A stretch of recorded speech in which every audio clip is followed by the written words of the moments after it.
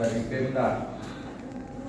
Tadi saya sudah membaca beberapa poin dan saya kira sekali lagi ini memang relevan ya.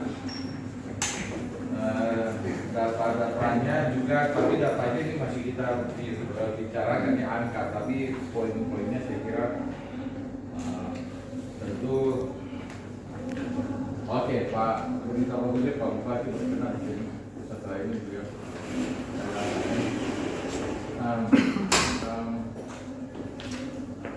banyak yang akan disampaikan langsung oleh Pak Bupati, alasannya kenapa ya. Dan ini beberapa hampir semua pernah dibicarakan di ruang DPRD dalam berbagai rapat, baik di gedung lama maupun di gedung baru. Nah, saya hanya mau menyampaikan dari apa yang belum kami kerjakan dan apa yang kami kerjakan ya. Nah, tentu bukan membela, sekali lagi saya sampaikan bahwa apa yang adik-adik sampaikan ini bentuk perhatian.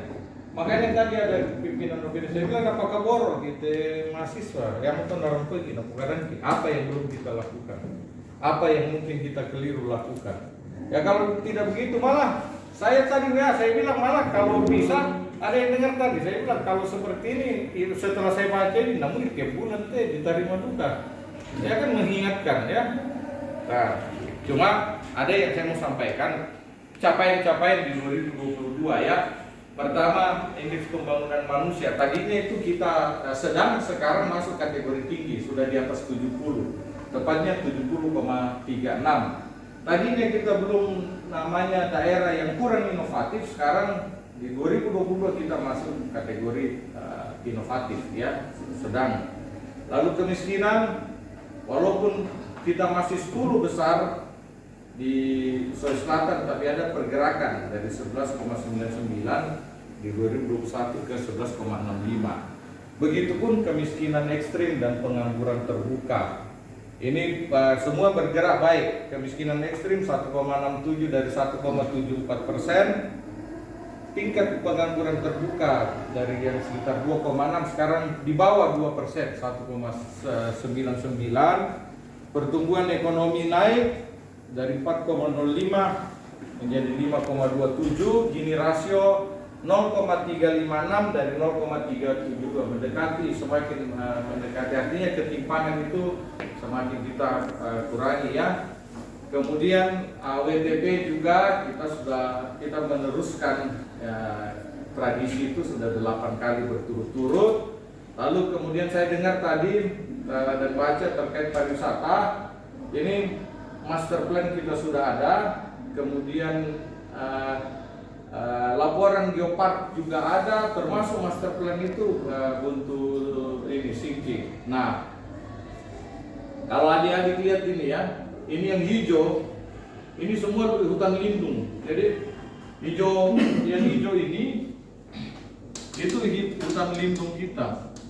Luasnya sekitar 50.000 hektar, 45% dari luas Toraja Utara itu hutan lindung. Nah, keprihatinan kita memang pembalakan liar ya, yang tidak memberikan manfaat secara ekonomi dan secara lingkungan kepada daerah itu dan masyarakatnya. Sayangnya saya sampaikan tadi di media sosial, sayangnya itu bukan domain kami. Izinnya kalau terkait hutan ini dan tambang itu izinnya ada di provinsi untuk tambang galian C, lalu untuk hutan lindung di pusat kementerian. Lalu kemudian penindakannya ya ada di aparat penegak hukum, di kepolisian. Jadi kami tidak bisa berbuat apa-apa.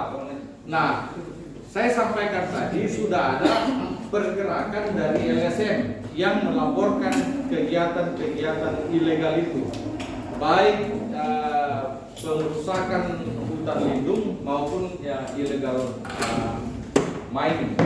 Nah, apa yang belum kami lakukan terus terang yang saya katakan tadi, saya baru pulang dari Makassar, yang memprihatinkan kita sebenarnya tingkat stunting yang naik bukannya turun ya. 2 kabupaten ini saya dengar ada juga pergerakan, ada juga unjuk rasa di Makale. Saya kira tepat juga kalau dikatakan ini memang harus kita bersama-sama memikirkan.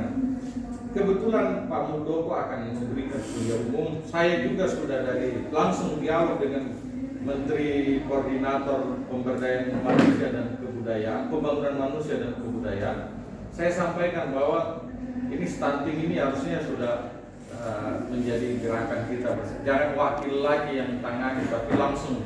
Karena ini perlu komitmen yang tinggi. Bayangkan, ya jangan sampai Toraja Utara dan Tanah Toraja ini yang tadinya terkenal dengan sumber daya manusia, kemudian yang prevalensi stunting yang tinggi, nantinya kita akan berurusan dengan lebih 30% anak-anak yang stunting. Bayangkan, 30%. Kalau kita tidak tangani kasus stuntingnya, risiko stuntingnya, adik-adik mungkin tidak percaya kalau sekarang itu justru Kecamatan Sadang yang paling banyak risiko stunting.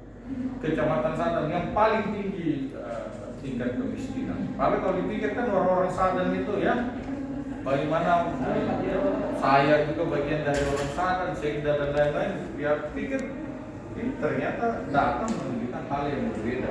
Kalau kemudian ini kemiskinan ekstrim, ada juga kabupaten ini, 2 kabupaten ini, Toraja Utara dan Tanah Toraja, belum Kabupaten Layangan, belum Kabupaten Siak. Ini PR kita ya. Jadi tepatlah kalau adik-adik menyoroti bahwa biarlah kami ini kembali fokus dengan apa yang kami sampaikan, yaitu bagaimana menjadikan Toraja Utara ini kabupaten yang mandiri, berdaya saing. Dan tentu kalau kita berbicara daya saing, ya pertama-tama bukan produk UMKM saja, tapi terutama pengembangan SDM. Dan saya sudah sampaikan tadi ya, bapak-bapak, teman-teman dari ASN, pagi-pagi tadi saya katakan, tidak ada organisasi jalan tanpa pengembangan SDM, termasuk pemerintah.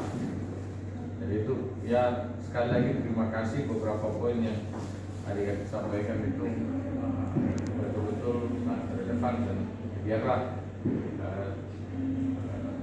kami boleh dengan perhatian dari adik-adik mahasiswa, kami boleh bekerja lebih fokus dan lebih depan ya.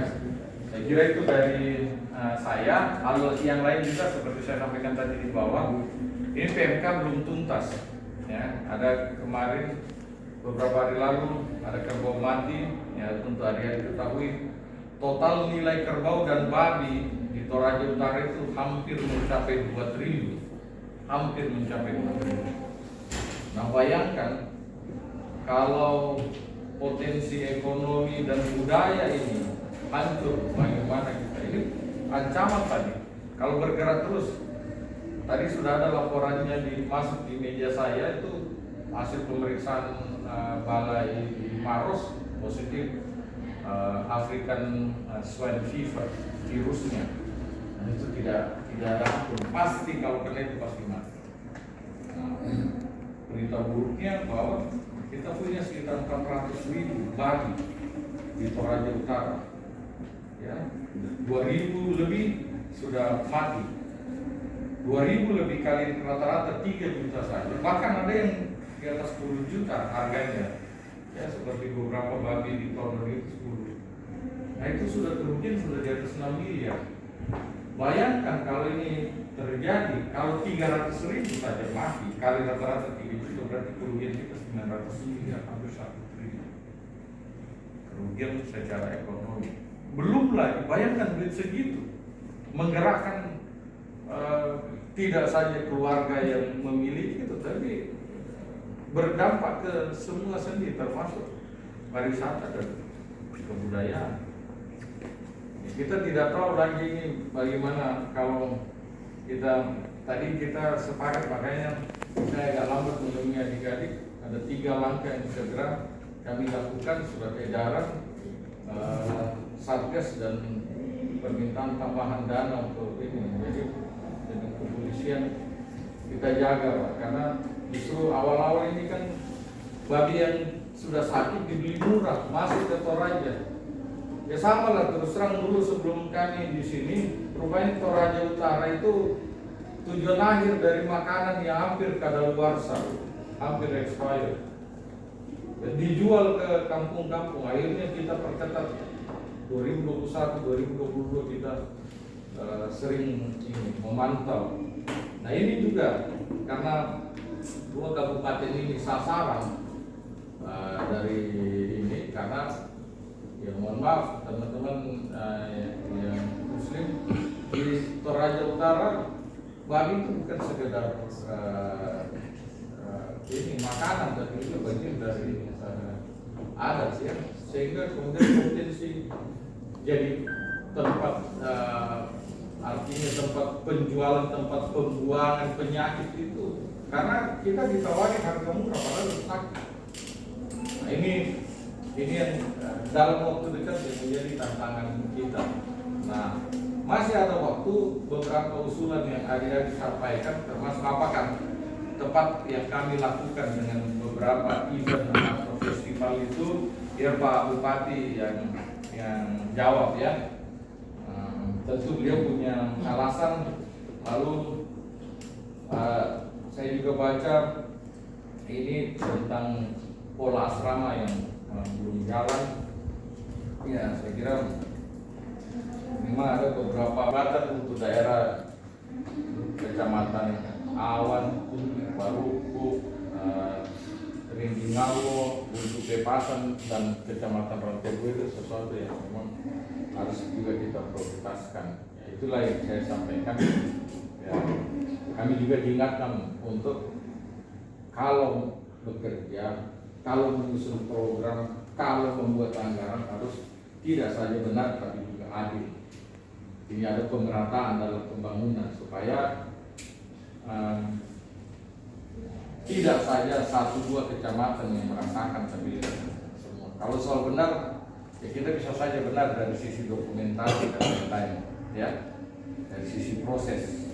Tapi kalau adil, nah itu harus kita ikutkan dan kita mau dampak dari pembangunan itu dirasakan oleh semua masyarakat di semua tempat. Saya juga terus terang berharap bahwa tematik pembangunan tahun ini kalau boleh kita ke arah stunting dan kemiskinan ekstrim. Apapun yang kita lakukan itu berorientasi pada stunting dan kemiskinan ekstrim. Bahkan adik-adik menjadi saksi di sini juga. Saya sudah sampaikan termasuk pada saat pemaparan di Makassar dan di beberapa kesempatan. Saya katakan kalau stunting masih tinggi, tahun depan Tuhan berkenan bulan April saya akan mengundurkan diri. Saya bilang tidak bisa lagi kita dengan bangganya mau bertahan padahal kita gagal. Kalau stunting ini tanggung jawab kita, ini tentang generasi. Nah sebenarnya kalau kita berorientasi pada stunting dan kemiskinan ekstrim, semua pembangunan itu bisa relevan. Coba, apa yang tidak relevan dengan kemiskinan ekstrim? Apa yang tidak relevan dengan itu? Kalau kita bicara kesehatan, kalau kita bicara DP3A, kalau kita bicara bahkan pariwisata pun meningkatkan ekonomi, menggerakkan ekonomi, itu kan pengentasan kemiskinan. Jadi adik-adik akan menjadi, bukan akan yang menjadi saksi. Kalau ini masih tinggi, tahun depan saya bekerja. Dan itu juga saya sampaikan